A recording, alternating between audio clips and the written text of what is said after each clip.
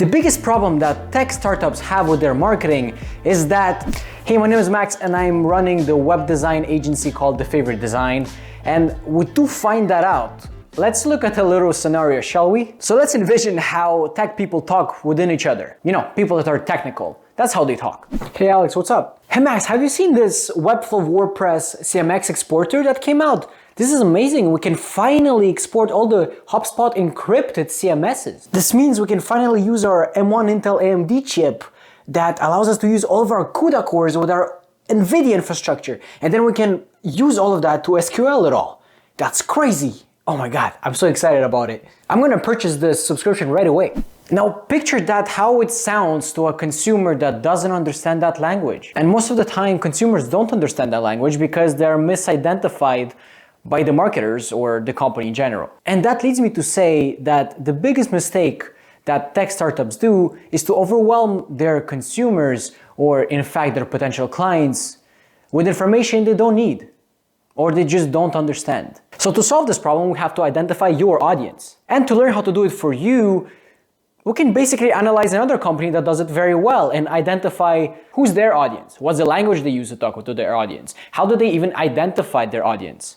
So let's look at that. You might know dbrand. Now, if you don't know dbrand, they're doing skins for phones or also phone cases. Also, they do skins for laptops and other different gadgets. We'll be analyzing their company and we'll see how they found their audience and find out who can consist your community. And yes, there is a difference between community and audience. So the first step is to identify what's the product you're selling. And that's a pretty easy step. I mean, it's pretty obvious, like what are you selling? Are you selling dongles for Macs to convert to USB-C to USB, or are you selling a software as a service? In dbrand's case, it's skins for the phone and phone cases. Before we move to the second step, if you're enjoying this video, please drop a like, and if you did, then might as well subscribe. Now, the second question we have to answer is to whom are you selling? Here we have to know who will buy your product. If you look at dbrand, it's pretty obvious that anybody in the world that has a phone would be eligible to buy a dbrand skin. But the thing is that if you enter in the head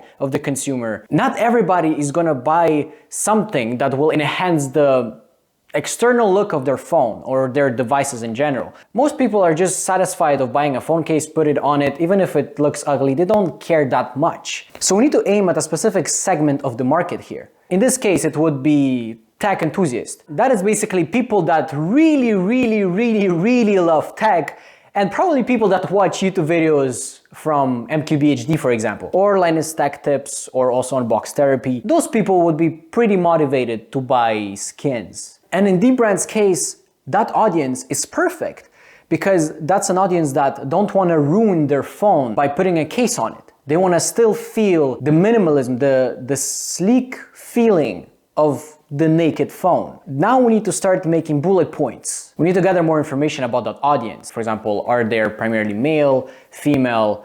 We need to find out their age. Common job titles would help a lot. And also we need to make some bullet points for key psychographics. And basically what it means, we need to find what they like, what that audience likes and dislikes. What do they basically strive for and what are their values in general? So we need to make a whole buyer's persona. We need to find key challenges that this audience can have in their daily life. As an example, my phone is being extremely bulky with the new phone case I bought. I know that I'm dropping it all the freaking time, and I want still some minimal protection to it without making it bulky. That can be one challenge. And you need to try to find as many as you can. And all that information that you gather, you can then make a whole buyer's persona, or it's also called an audience profile. Now, step 3 is that we need to identify how do we speak to your audience. And here there is something tricky about dbrand's audience.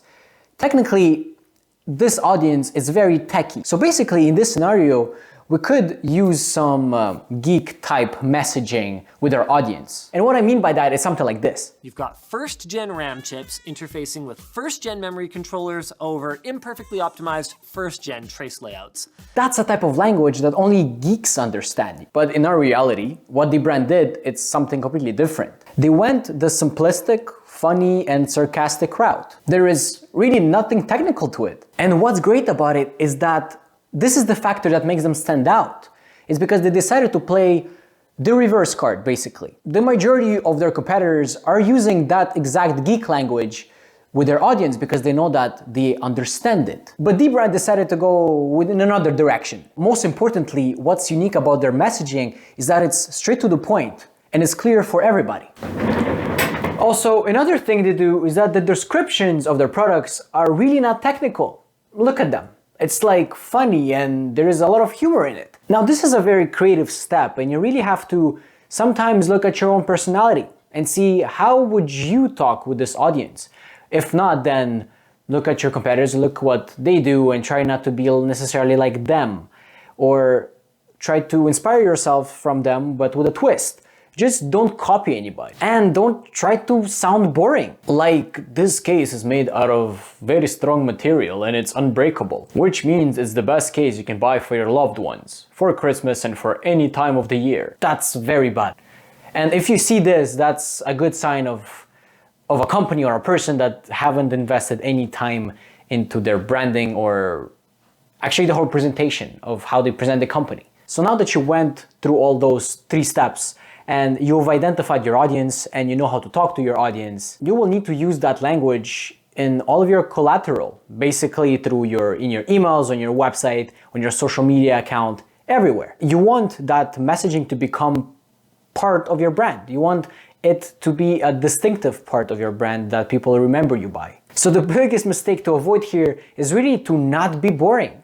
Try to be creative, because once you found out who is your audience, you just have to be very genuine with them. Because remember, at the end of the day, they're also people. Tell me in the comments if this video was useful for you, and if you did find it useful, then leave a like and even subscribe. And also, not long ago, I did an NFT video where I basically created a website for NFT like if they were an organization. Because at the time, I checked at Ethereum and I saw that they have a corporate website. Bitcoin had a corporate website. And then I thought, why doesn't NFT have one? So I just created one for them. And that's this video you can see on the top left. See you in the next one. Ciao.